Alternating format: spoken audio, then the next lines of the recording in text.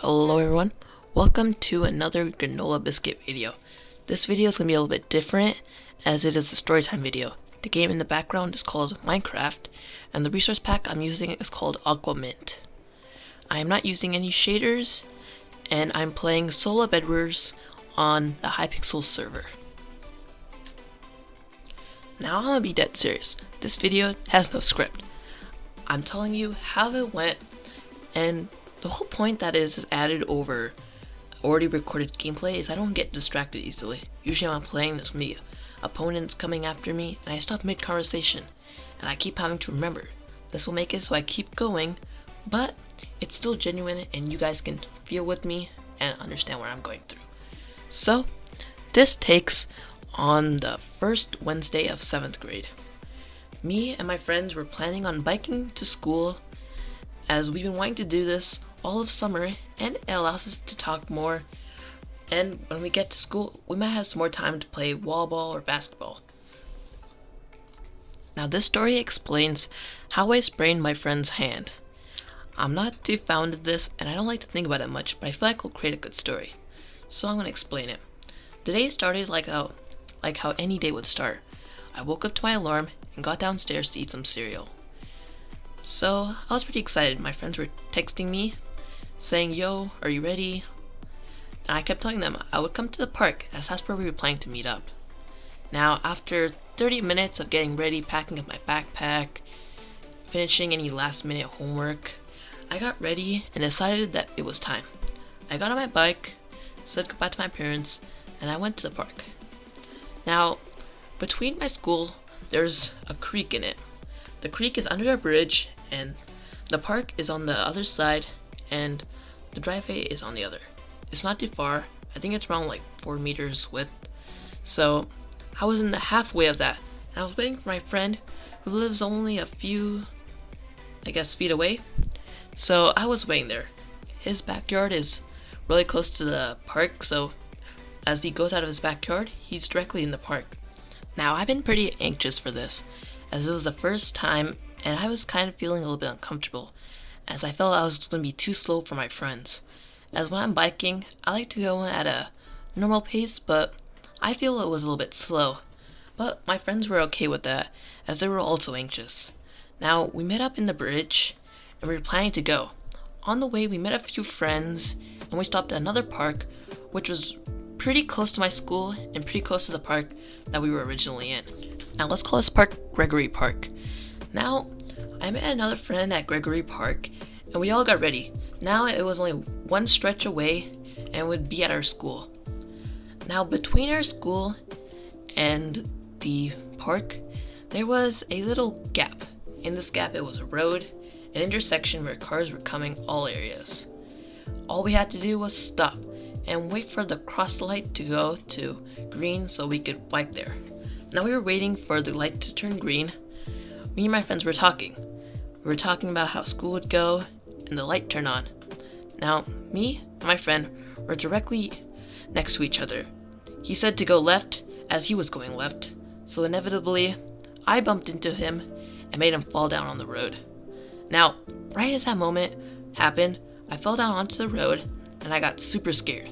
Not for my hand was stuck between a tire, I was scared that a car was going to run me over. But luckily, all the cars were standing still. Now there was a biker, actually not a biker, it was a motorcycle person, standing nearby. He got off his motorcycle and helped us up. We also had an old grandpa who was near us and he helped us get onto the road. Now, I was still processing this. My hand was stuck in a tire. My friend had fallen down and sprained his hand. He didn't know this yet. He was just saying that his hand hurt a lot. And I was thinking of what I just did. Did I break my friend's hand? Did I cause him to never bike again? At the moment, he was scared, I was scared, and all my friends were confused that they would be late. They didn't really think much of it. They just thought we scratched our hands, nothing was in trouble.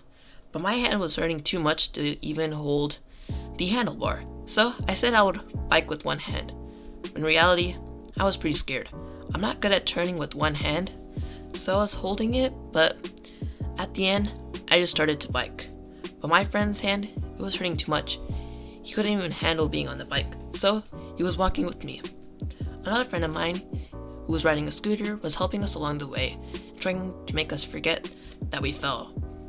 But soon, our hands and his arm was hurting too much that we couldn't bear it. I was fine, as mine was a simple scratch. The pain was there for around 12 hours, but it got better. But for him, it ended up getting him a cast. Now this isn't that great, as we were trying to bike. So at the end, him and we had to go home. Now, he went to the doctor's appointment the same day. I usually go a day later, as doctor appointments take a long time. He got a cast, and doctor just said I should do some hand exercises. Now, this was fun games, but I've been feeling bad ever since. Now, he hasn't biked that much ever since. It's not that he's scared, I guess we haven't done the same. Now, he did hurt his hand a little bit later. During PF, he hurt his hand doing a crab walk. So, I still felt bad, as it reminded me of, me spraining his hand. And the funny thing is, it happened the same week of the beginning of school. The first happened in the beginning week of 7th grade. The second one happened in the beginning grade of 8th grade. So, coincidence? I think nah. Now, I have some more time to talk about stuff. I think around 12 more minutes. So, I think I'll talk about my neighbors. My neighbors are really cool. They're sick, they're nice, but sometimes they get my nerves. Mostly, there's this one kid. Every time I see him, I just get a little tense that he's gonna cause something, which makes my parents relate them to me. You know that one neighbor or that one family friend that your parents always relate you to or compare you to, saying, "Hey, that Sonny, he got a 10 out of 10 on his math quiz, and what did you get? You got a 9.9? He got 0.1 more than you." Stuff like that. And that gets pretty annoying. Well, this one kid, he doesn't do any of that. Somehow, he does something even more worse in the most unknowingly way. So what I mean by that is, he doesn't even know he's doing this, but every time I see him, I know what's gonna happen. Now this kid, he comes to my house a lot. And I mean to come to my house, he means he just asks my parents to come in. Now, I don't think that's weird, as we're neighbors, we speak the same mother tongue language, and my parents, I think they're friends with our neighbors, so that's pretty cool. Sometimes he just comes in and takes the Roku remote and watches Wildcrafts. And I feel like that's strange, because does he not watch TV at his own house? He just comes in and watches Wildcrafts. But I put one episode of Pokemon, because I wanted to see the new episode of the new Pokemon series at the time. And now he keeps coming and watching Pokemon Sun and Moon. And as you know, that's pretty new. That means the story does take place this time. And that means I'm also in school, so surprise, surprise. It's kind of annoying. I wouldn't really recommend it. If you're that type of person, you don't want to be the neighbor's kid. I also had 2 other neighbors, now my age, probably around their 50s. They're super annoying. One guy, let's call him Bobber. Now Bobber, he's kind of a mean dude. He's a big mean dude. And this guy, he likes plants a lot. Around our house, he planted so much that the backyard area, there was no backyard. It was just a wine forest. Now, when we moved in originally into our house, all we had was a little, back area, which was our property. We could plant anything we want.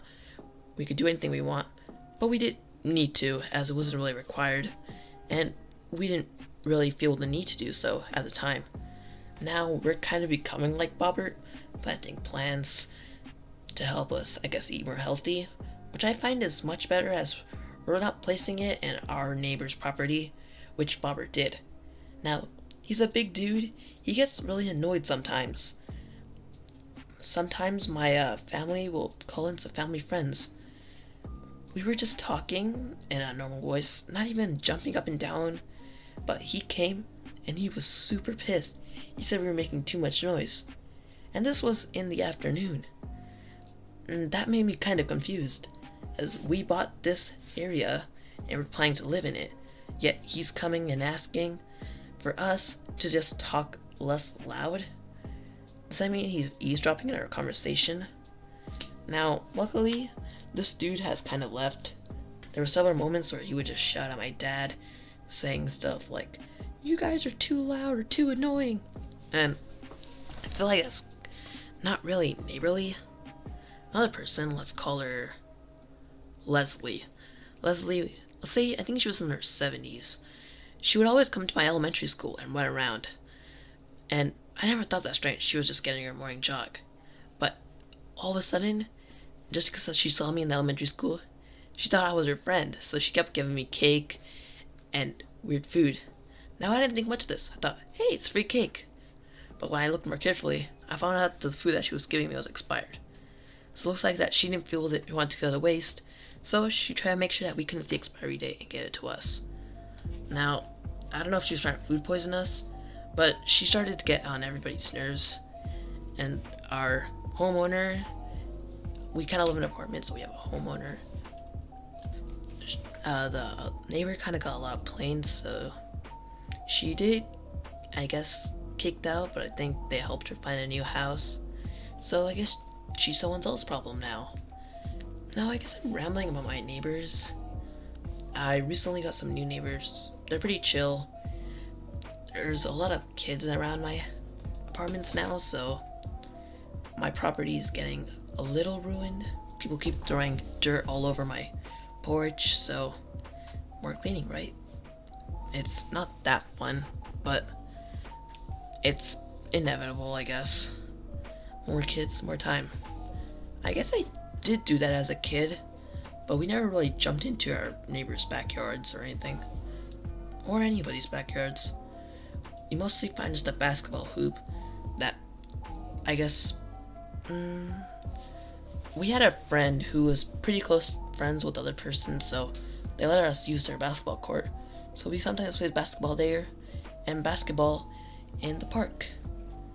Now, me and my friends, we did create a short channel. I don't want to say the name as they may reveal information, although it is up and you can find it on your own with clues that may be given. I don't think I really given any clues. We did a basketball video where I was the cameraman. My Indian accent, although I haven't gone to India that much at the time, I could never say camera right, as I kept hearing my parents say it weird. So that became a joke. We also did a Dare It All video, as we were inspired by Dude Perfect, so that was pretty funny. I wouldn't really recommend watching those videos. I was in it. We played a lot of Minecraft then. Nowadays, I guess I only play video games that really aren't Minecraft. My channel has gone a big turn. I had a channel called, I'll tell you the last 4 letters, I guess. I wanted to create my channel after the Diamond Minecart, which is DanTDM, but for some reason when making the channel name, I didn't spell cart right. Now, in the first story that I told you of this segment, not the bicycle story, I said my friend, my neighbor liked wild krats. At the age, I also liked wild krats, so I decided to go, instead of with cart, I went krat, which was C-R-A-T. I didn't know how to say it, so I went with krat, and that's how I went ever since. Now, that account got hacked, and my channel also got hacked, so the only way of seeing that is on my friend's YouTube channel. Now I have a new Minecraft account and YouTube account called GranolaBiscuit, which you guys are watching now. Now I think this is a good time to end it, so the rest of this video is gonna be pure just music and the gameplay in the background.